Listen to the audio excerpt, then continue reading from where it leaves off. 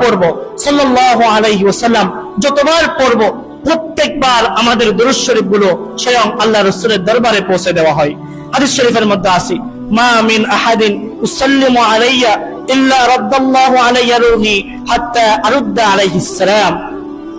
আল্লাহ রাসূল সাল্লাল্লাহু আলাইহি ওয়াসাল্লাম বলেন, যখন আমার কোন উম্মত আমার উপর একবার দুরূদ শরীফ পাঠ করবে, সাথে সাথে আল্লাহ তাআলা আমার ভিতরের রূহ আমাকে দিয়ে দিবে, কবরের মধ্যে আমার রূহ আমাকে দিয়ে দিবে, এবং আমি কবর থেকে আমার বান্দার সালামের জবাব দিব। সুবহানাল্লাহ।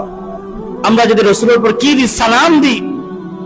আমরা যদি রাসূলের উপর সালাম দিই, তাহলে স্বয়ং আল্লাহ রাসূল আমাদের সালামের উত্তর দেয় রওজা মুবারক থেকে।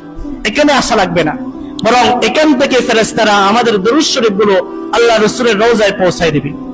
এখান থেকে একটা মাসালা বের হয়, এটা হলো আম্বিয়া কেরামগণ যারা নবী আছেন, নবীরা তাদের কবরের মধ্যে জীবিত। আল আম্বিয়াউ আহইয়াউ ফি কুবুরিহিম ওয়া হুম ইউসাল্লুনা।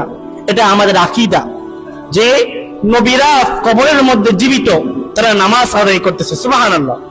নবীরা কবরের মধ্যে কি বলেন? জীবিত, তারা কবরের মধ্যে নামাজ আদায় করে। তারা